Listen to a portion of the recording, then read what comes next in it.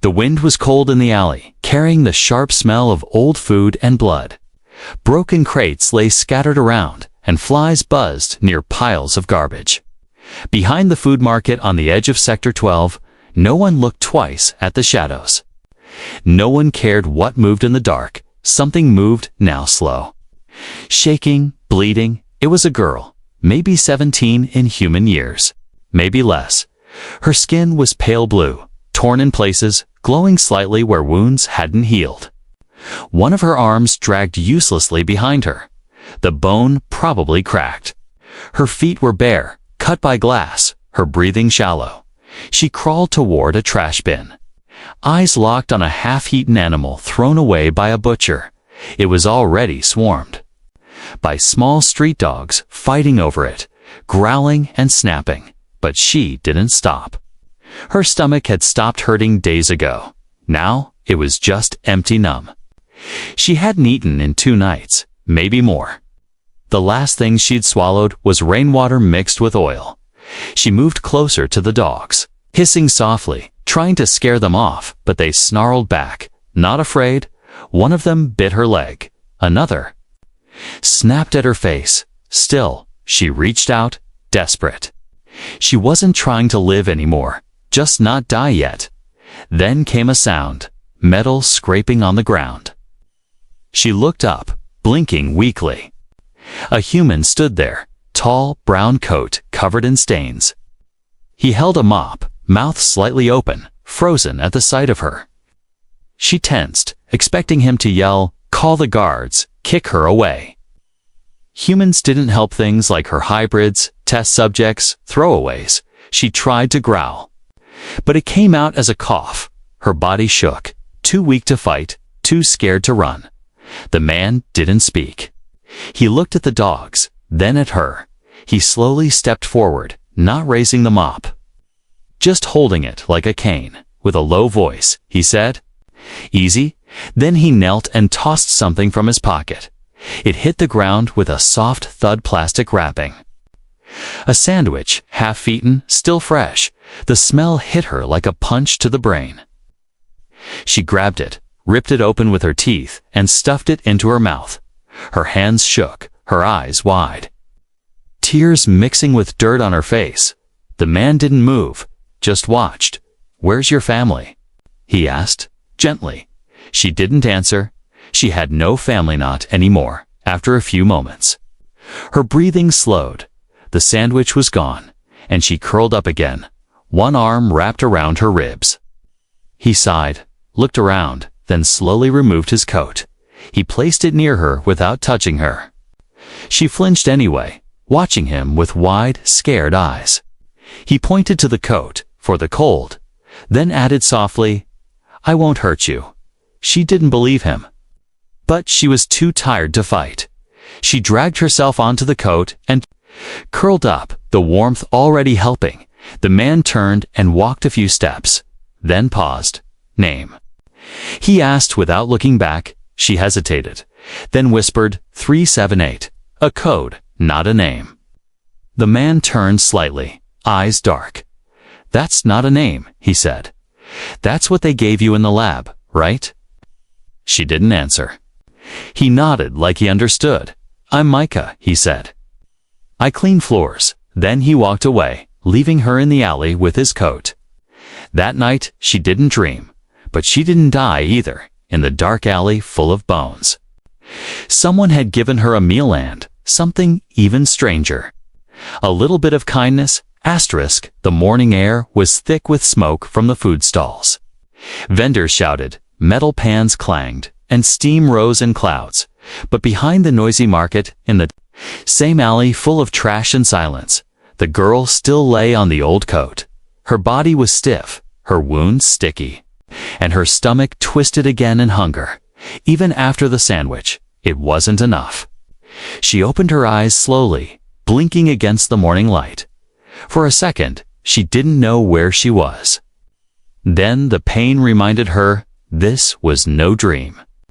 Her arm throbbed, her leg burned, her back ached where her number was branded. 378, she whispered to herself, like a curse she couldn't remove. A soft noise made her tense up. Footsteps, slow, careful. She scrambled to sit up, ready to crawl away again. But it was him, the human janitor. Mika. He wasn't in his work coat anymore. Now he wore a faded hoodie and carried a small bag in one hand and his mop in the other. He saw her trying to move and raised his hands slowly. Easy. I brought food, he said, voice calm. He knelt down and opened the bag, pulling out a bottle of water and a wrapped sandwich. This one was whole, fresh. Her eyes locked on it, but she didn't move. Micah placed the sandwich gently on the ground, then backed away. He leaned against a wall and waited. Minutes passed. Then she grabbed the sandwich and ate like a wild thing. Tears ran down her cheeks. Even as she chewed, she wasn't used to eating without someone yelling, hitting, or taking it back. Micah watched quietly, saying nothing. When she finished, she looked up at him. Mouth still full. He didn't flinch, didn't look away. Do you have a name? He asked again. She shook her head. Only number. He nodded slowly. Like that didn't surprise him. You from the facility? She looked down, then gave a small nod. Micah cursed under his breath, thought they shut that place down. Years ago, he muttered. She didn't understand all his words, but she caught the anger in his voice. He stood up, looked around, then said, "You can't stay here." Her body stiffened again, panic rising in her chest. Was he going to turn her in now? Was this all a trick? But then he added, "Come on, I know a place. Just storage." He pointed to a metal door on the back of the market building. She hesitated, still weak, still unsure. But the food gave her enough strength to crawl. He helped lift her carefully. Supporting her weight without touching her too much, she leaned against him. Trembling, he led her through the back door. Down a dusty hallway filled with crates and cleaning supplies, no cameras, no guards, no light. He opened a storage room and helped her sit down on a pile of old blankets. "This is where I hide from work sometimes," he said, smiling just a little. "It's not much, but no one checks here." She looked around. Eyes wide, it was warmer here. Quiet, almost safe. He handed her the water bottle. She drank too fast, then coughed, but kept drinking. Micah sat down on a crate and stared at the floor, thinking, "You're not just hurt," he finally said. "You're hunted." She stared at him, heart racing. He pulled out an old tablet from his bag, tapped a few times, then showed her something. A black and white file with a long number across the top, her number. Below it were words she didn't understand, but she recognized a few. Defective. Experimental disposal order. Her breath caught. She reached out with shaking fingers, touching the screen like it might burn her. "Why?" she whispered. Micah shook his head. "Because they made something they didn't want to understand," he said, "and now they want to erase it." She sat still for a long time, her hands tight in her lap.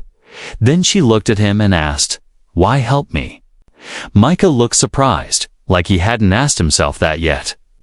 After a moment, he answered, "I don't know," he said softly. "But no one should be thrown away like garbage." She blinked, unsure if she believed him. No one had ever said that before. No one had ever meant it. Outside, the market roared with life, but in that quiet closet, something changed. She wasn't just hiding anymore. She was beginning to hope, just a little, and that was more dangerous than anything else.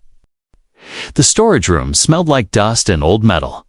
The blankets on the floor were thin, but they were soft compared to the alley.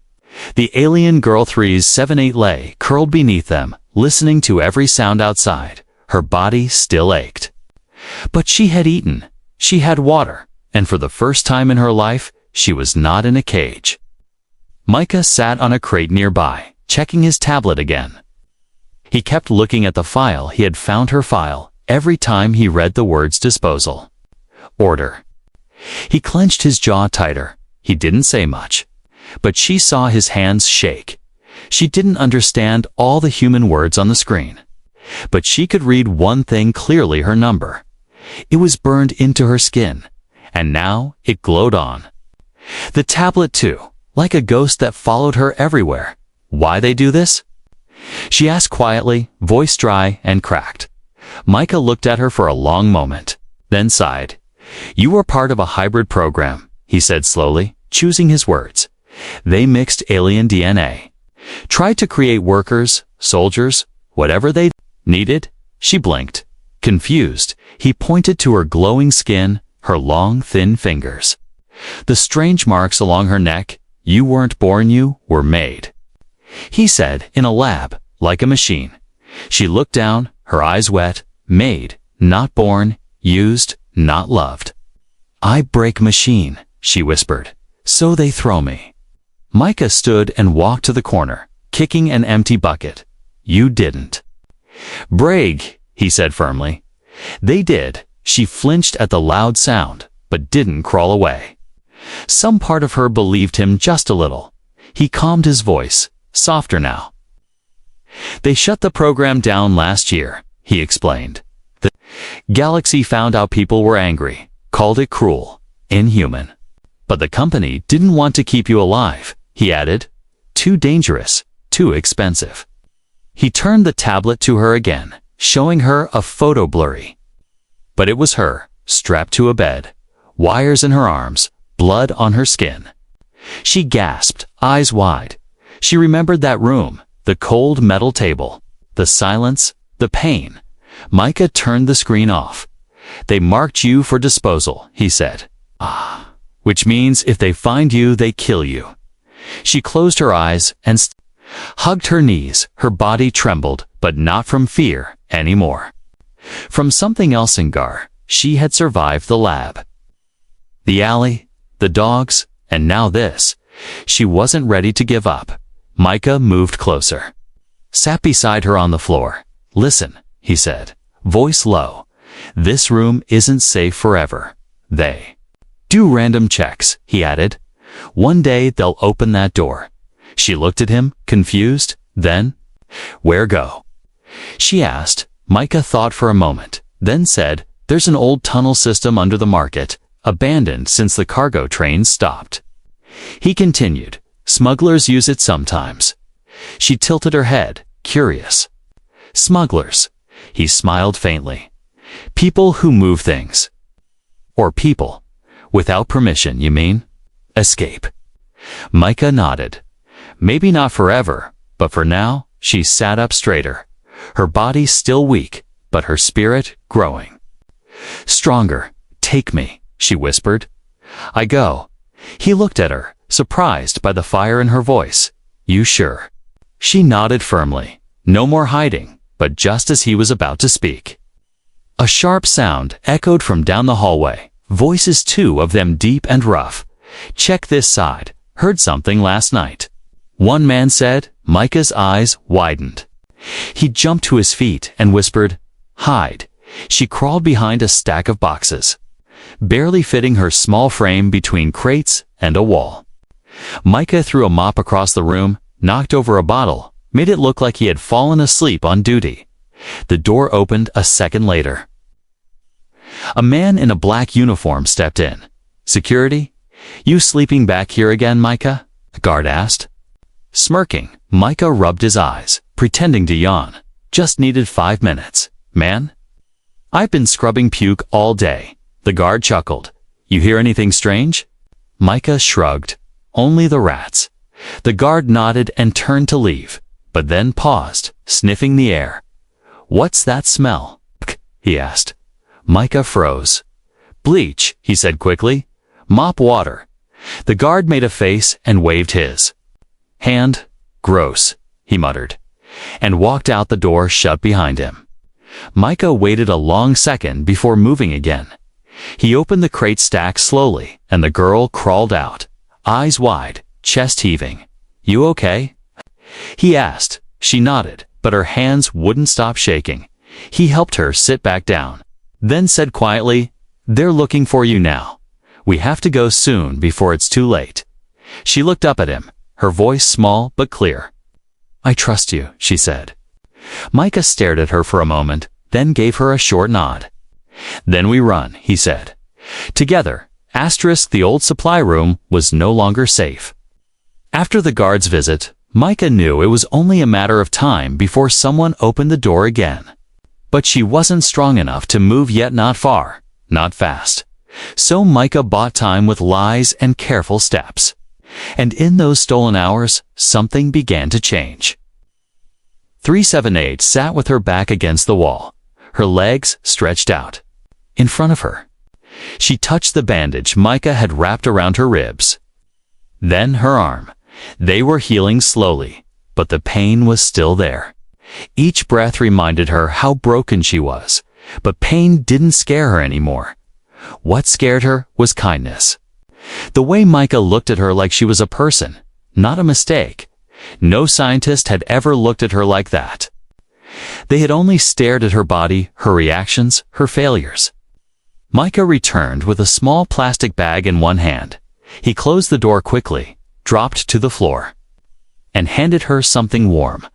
A wrapped pastry, soft, sweet, fresh. She unwrapped it carefully, like it might vanish if she moved too fast. Micah watched her eat, then smiled. "You're getting color back," he said.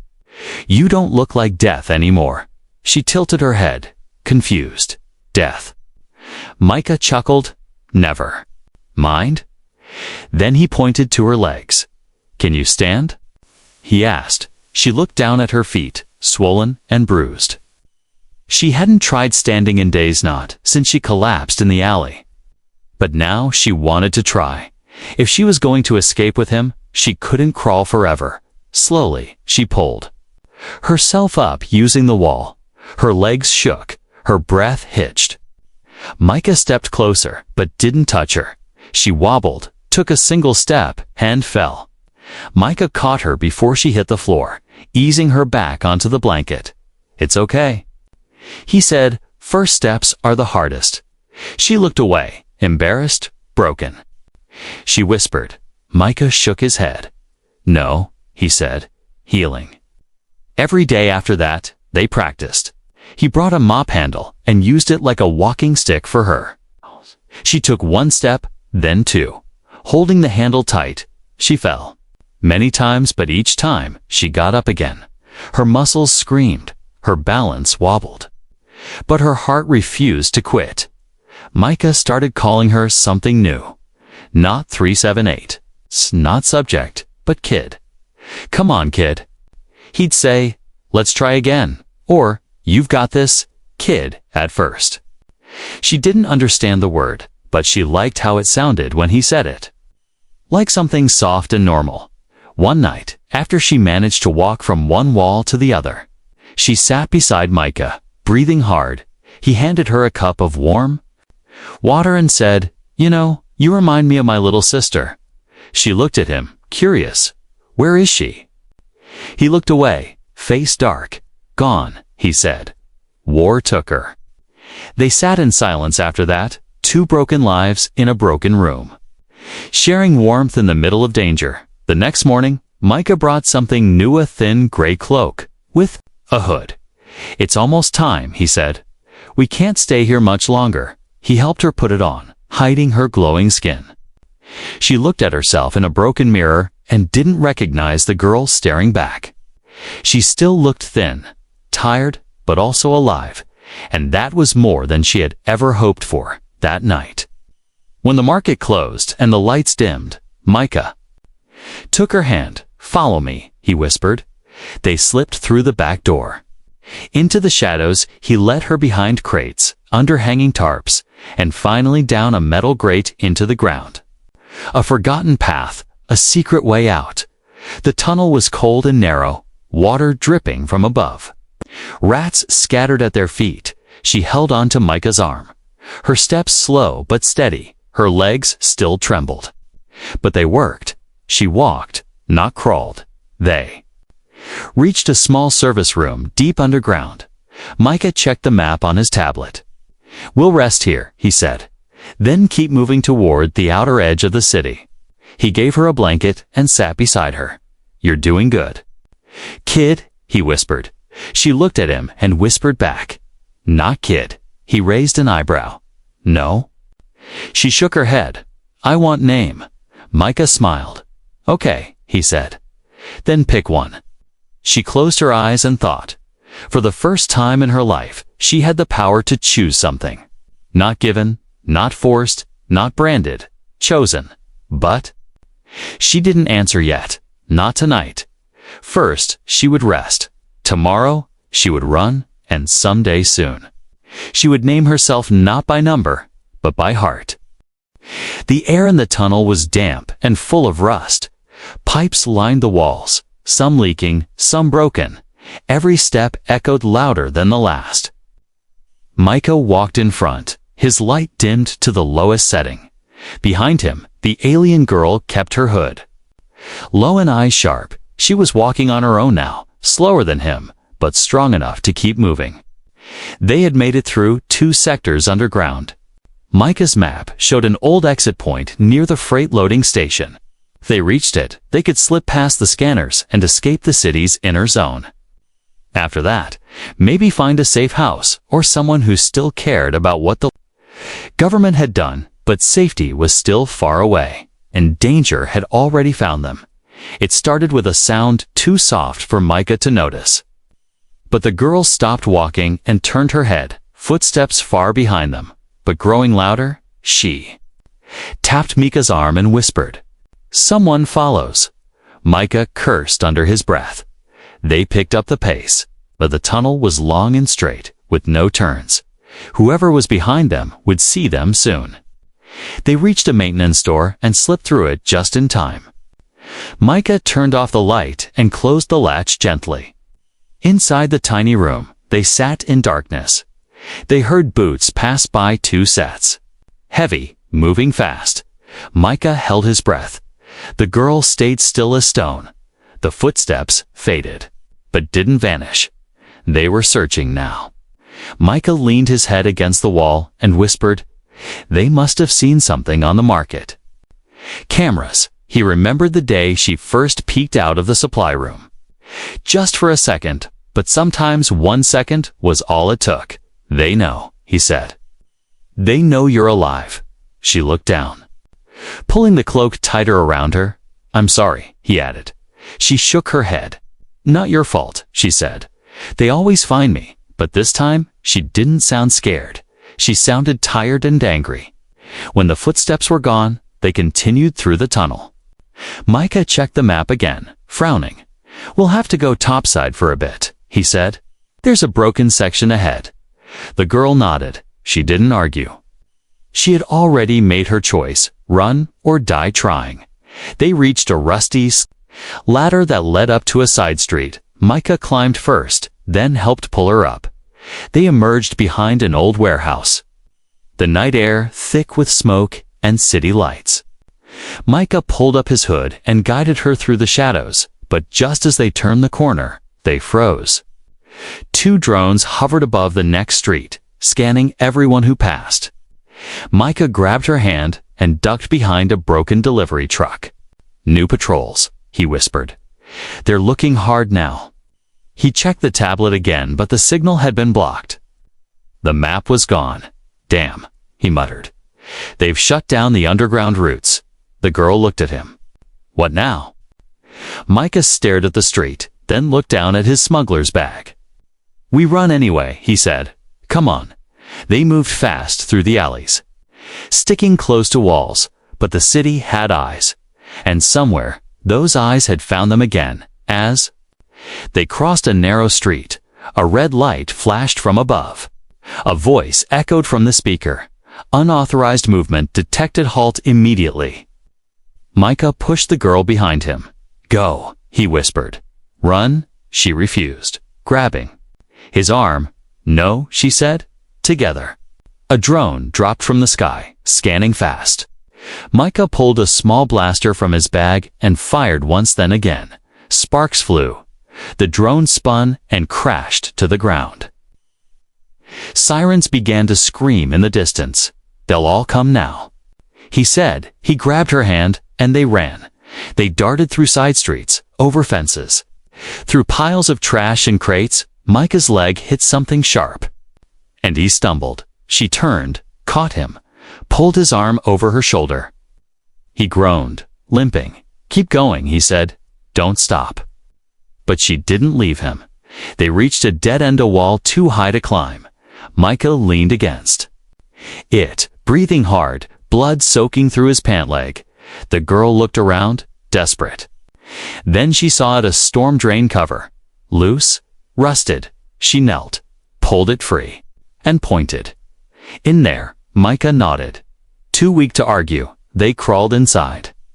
The cover sliding back just in time as boots stomped past above them. Inside the drain, it was pitch black and freezing.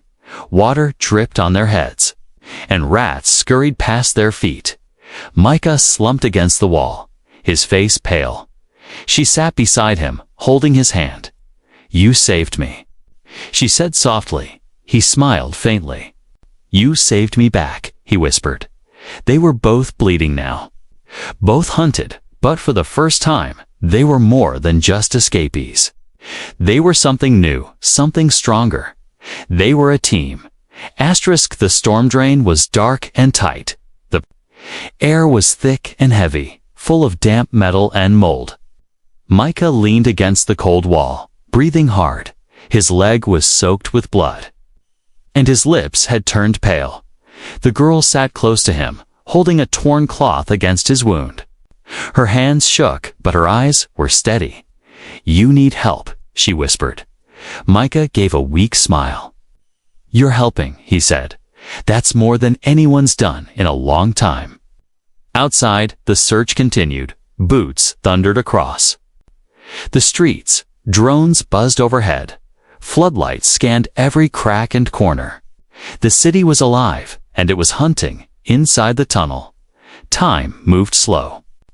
The girl tore another piece of cloth from her cloak and tied it around Micah's leg. He winced, but didn't pull away. "I can't run anymore," he said. She looked at him sharply. "I won't leave you." Micah tried to sit up straighter. "There's an old hangar 2 streets from here," he said. "If we can get there." "There might be a skiff." "A ship?" she asked. He nodded. "Small, broken maybe, but it might fly." She stood slowly, her legs sore but strong. "I carry you," she said. Micah laughed weakly. "You can barely walk." She stared at him, then knelt beside him. "I walked because of you," she said. "Now you lean on me." It took all her strength to lift him. Micah wrapped an arm around her shoulders, his weight pressing down on her. She didn't complain. Step by step, they moved through the drain. Water splashed around their feet. Rats scattered. The sound of the city echoed above them like thunder. They found a maintenance ladder and climbed slowly when they pushed open the grate. The sky above had turned dark. Not night storm, heavy. Clouds rolled across the sky, lightning flashing far in the distance. They slipped into the narrow streets, moving fast. Micah limped badly, leaning harder with each step. The girl's arms burned, but she kept going. She didn't think about pain, or fear, or the bounty on her head. She only thought about keeping him alive. Sirens wailed in the distance, louder now, closer. The ground trembled as hover vehicles roared past. Searchlights scanned the walls, sweeping the alleys. Then fire. A drone spotted them from above, its red eye glowing.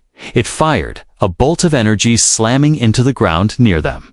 Sparks flew, metal cracked. The wall exploded in dust. They dove behind a crate, Micah groaning in pain. The girl looked up, eyes burning with anger. She grabbed the blaster from Micah's bag, the same one he had used before. Her hands shook, but she aimed. The drone hovered. Charging for a second shot, she squeezed the trigger. The bolt hit dead center. The drone sparked, spun, and crashed into the ground. Okay, she stood, she's heaving. "I did it," she whispered. Micah smiled behind her. "I knew you would." They ran again, limping, stumbling, but alive. The wind picked up, and rain began to fall. Not gentle rain, a storm cold, heavy, fierce. They reached the hangar just as the sky opened fully. It was half collapsed, covered in rust and vines. Micah pointed to a corner. They rundered the tarp, they pulled it back, revealing a small skiff, dented and dusty but intact. Micah fell into the seat, groaning. The girl jumped in beside him. "Can you fly it?" "Maybe," he said, fingers moving across the controls. "Needs fuel, power cells." "Luck." She looked around, found a locker nearby, broke it open. Inside an old emergency kit, 2 fuel cells, and a cracked energy core. She ran back to the ship, soaked from the rain. Micah laughed, coughing. "You're full of surprises." They plugged in the fuel, slammed the core into place. The ship buzzed weakly, then powered on. Lights flickered. The engine hummed. Suddenly shouts. Guards were at the hangar gate, weapons raised. "Stop." One shouted, "Don't move." The girl turned, shielding Micah with her body. He shouted, "Get in." She jumped inside, closed the hatch, and Micah hit the throttle. The skiff roared to life. Lifted off, shots fired, hitting the metal walls. Sparks flying everywhere.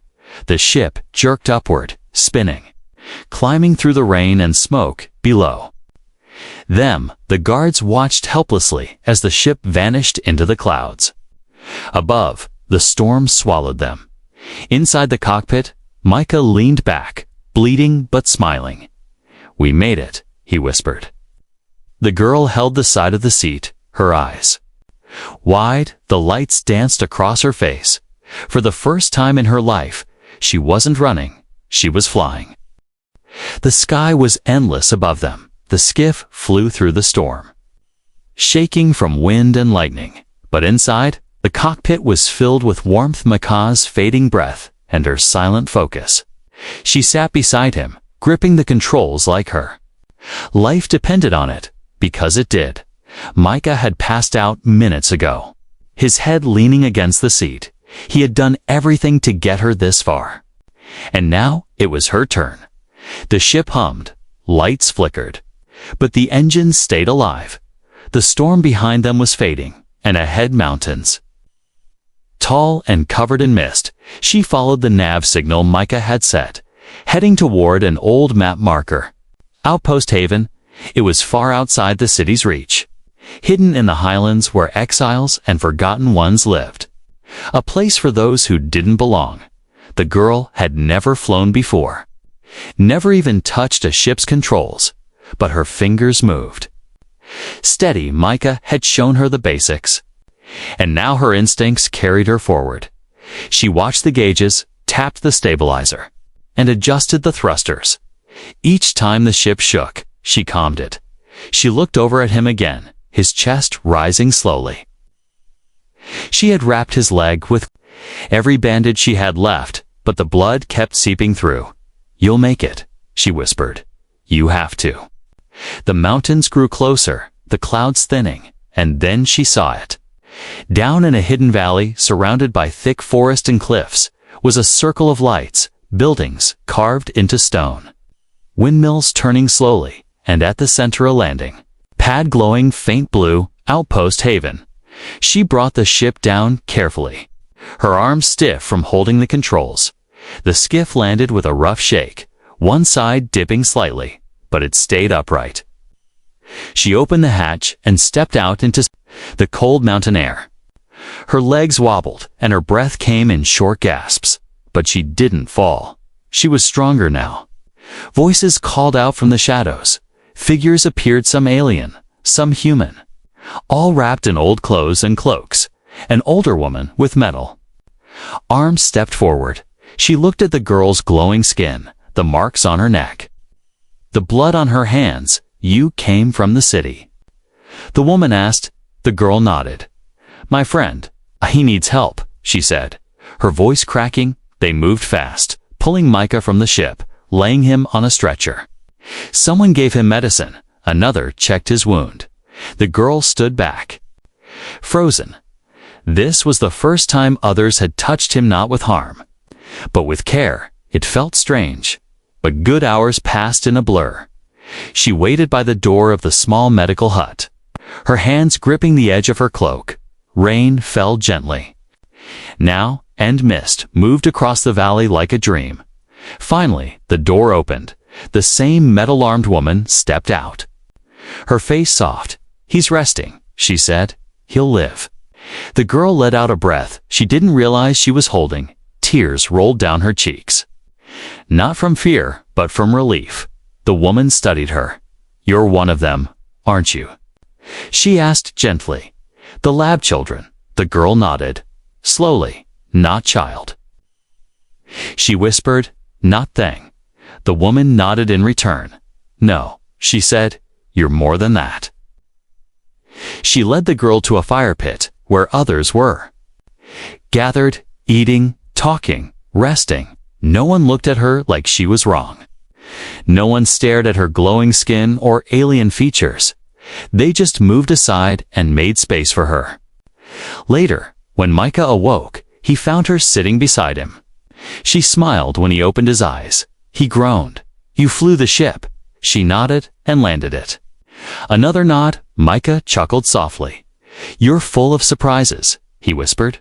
She leaned in closer. "They asked for my name," she said. He blinked, still groggy. "What did you say?" She looked down, thinking, "I want name like feeling." She said, "The thing you gave me." Micah smiled gently. "What feeling?" She looked at him, eyes full of quiet strength, kindness. She said, "I want to be called Kendra." Micah's smile grew wider. "That's a good name," he said. "You earned it."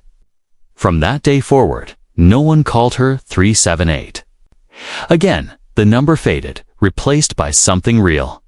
She helped the outpost, learned from the healers, helped rescue others who escaped the labs. Each one she touched with the same thing. Micah gave her kindness, and when children asked her why, she glowed. She would smile and say, "Because someone once saw light in me."